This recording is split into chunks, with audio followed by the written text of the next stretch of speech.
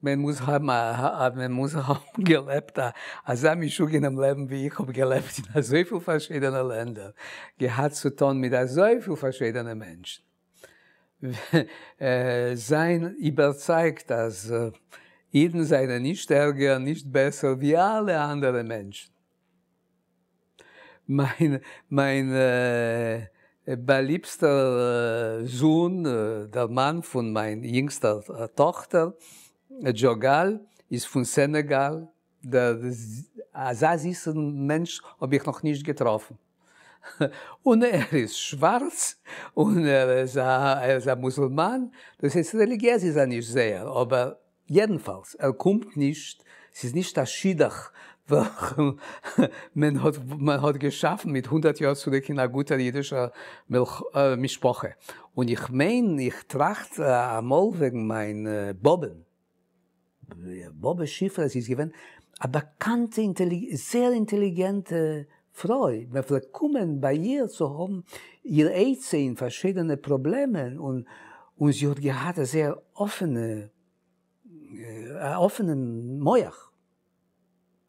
Und ich stelle sich vor einmal, ich komme zu ihr mit meiner eigenen Meinung. Und sie guckt mir an und sie sagt, was? Schwarzen?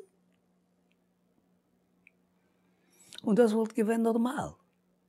Weil also das mit der Zeit. Also das. Gewisse Sachen änderten sich, gewisse Sachen änderten sich nicht. Menschen leben so oder so.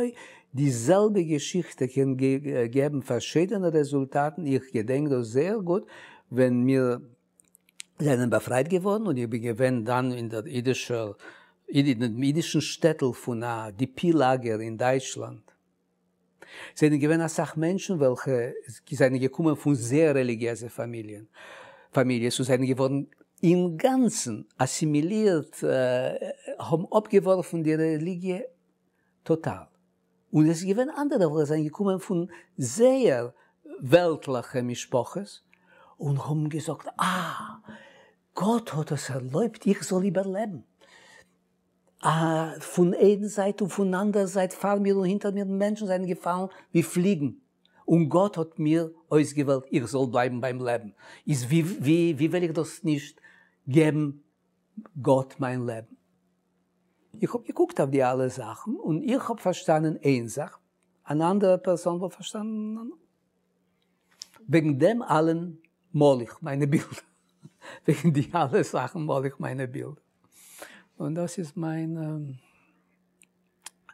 matière première, as they say in French.